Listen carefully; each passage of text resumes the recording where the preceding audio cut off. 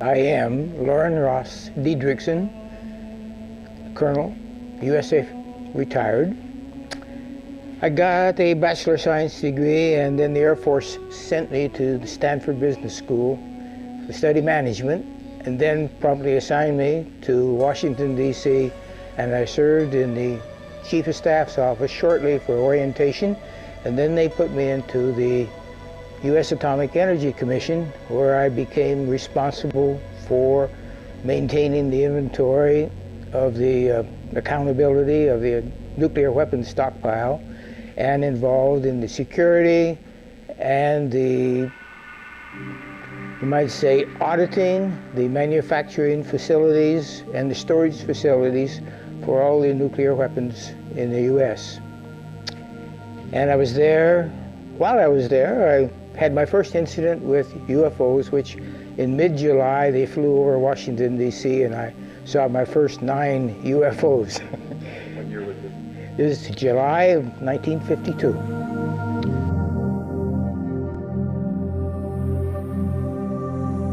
Of course, during that period of time, I made a lot of contacts. I was a staff officer for the Military Liaison Committee between the chairman of the AEC and the Secretary of Defense.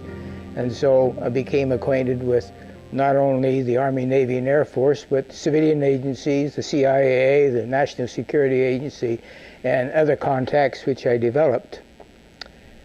During that period of time, one of my functions was to accompany a security team which visited all of the nuclear facilities to check on the security of weapons. And we were getting reports of visits by UFOs over the storage facilities and even some of the manufacturing facilities. And that went on continuously. Now, we found that the reports, the formal reports, were few and far between, but the security people were reluctant to report many of them because the protocol and the bureaucracy involved in reporting them, they just avoided reporting. Later, I was assigned to the Sandia Corporation as a military liaison, and I was involved in establishing a quality assurance program for the manufacture and the quality and the maintenance of the nuclear weapons. So we had to visit all of the manufacturing facilities, such as the Rocky Flats and the Pantex facility, which assembled the nuclear and non-nuclear components of the weapons.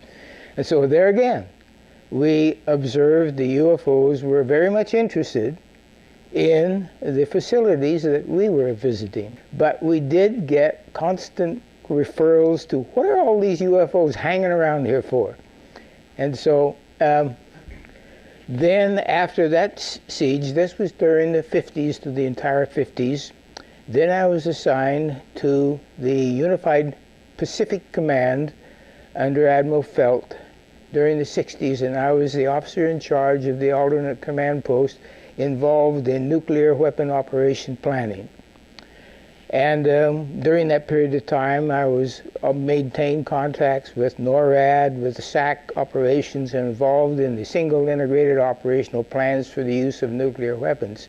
And during this period of time, I also learned of a number of incidents which happened. And then further on, I finally retired from the Air Force and joined the Boeing Company, where I was assigned to the Minuteman program, where I was responsible for the configuration accounting of all the nuclear fleet of Minuteman 1, 2, and 3. And during that period of time, I also learned about incidents involving nuclear weapons. And among these incidents were a couple of nuclear weapons sent into space were destroyed by the extraterrestrials. In talking to various contacts throughout, they would allude to the fact that these did happen. There was, for example, the missile, Minuteman missile, which destroyed the launch from Vandenberg Air Force Base. That's now a public matter of record. The one incident, for example, was they actually photographed the UFO following the missile as it climbed into space and shining a beam on it, which neutralized the missile. And this was recorded. It was all hushed up, and they split up the team that observed it, but of course eventually the news came out, and it was later published and confirmed it. In fact, they were taken so seriously that the reporters would often not report them because it involved so much bureaucracy and protocol and etc. They deliberately would not report them. Almost cases where the UFOs became identified, at least on a radar or with reports, why they would try to scramble aircraft to intercept them. It was a very aggressive, you might say, response from our own government.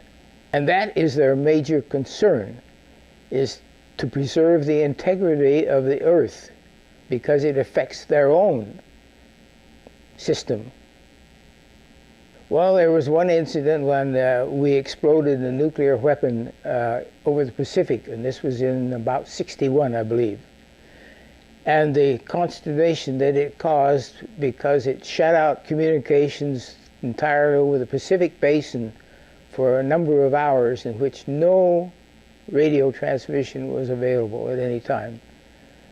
And this was very significant, and of course this was one of the things that the extraterrestrials, later I learned, were highly concerned about, because it affected our ionosphere. And in fact, spacecraft were unable to operate because of the pollution in the magnetic field of which they depended upon. The very end of the 70s or the early 80s, we attempted to put a nuclear weapon on the moon and explode it for scientific measurements and other things, which was not acceptable to the extraterrestrials. And what happened? They destroyed the weapon before it got to the moon.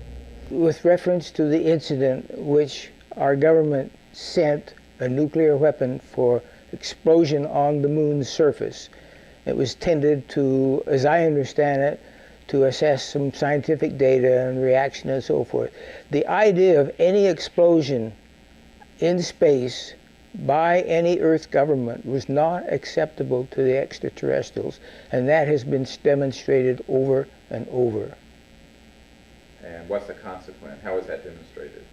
By the destruction of any nuclear weapons sent into space. That was at the time when I was assigned to the Atomic Energy Commission on Independence Avenue. And it just so happened that I was out that evening and the incident occurred, and looking up, I held my hand up and they were bigger than my thumb over my head, over Washington. And it was they were very visible. And the second time they appeared over Washington, I did not see them that time. But of course it caused a great flurry in the newspapers and a lot of excuses by the government officials and rationale and so forth. I counted 9 of the night that I saw them. They were around the typical disc type aircraft, spacecraft. But they were there, they were illuminated, they were quite visible. Their configuration was very conspicuous. They were not aircraft, because I have been a pilot for 20 years and I'm acquainted with what aircraft look like. Well, I was with the Atomic Energy Commission during the period of 51, 52, 53, and 54. And at that time, as I said, one of my functions was to visit all of the storage facilities throughout the United States for security purposes, to see that at that time, the custody of the nuclear components was in control of the civilians. And of course the non-nuclear components were under the custody of the military. So there was a split responsibility for the weapon custodial care. So our job was to audit the functions of both the military and the civilian. And while there, we constantly encountered these reports from security personnel who had to be out in the field around the igloos and the other storage facilities, that at nighttime particularly, these incidents would occur.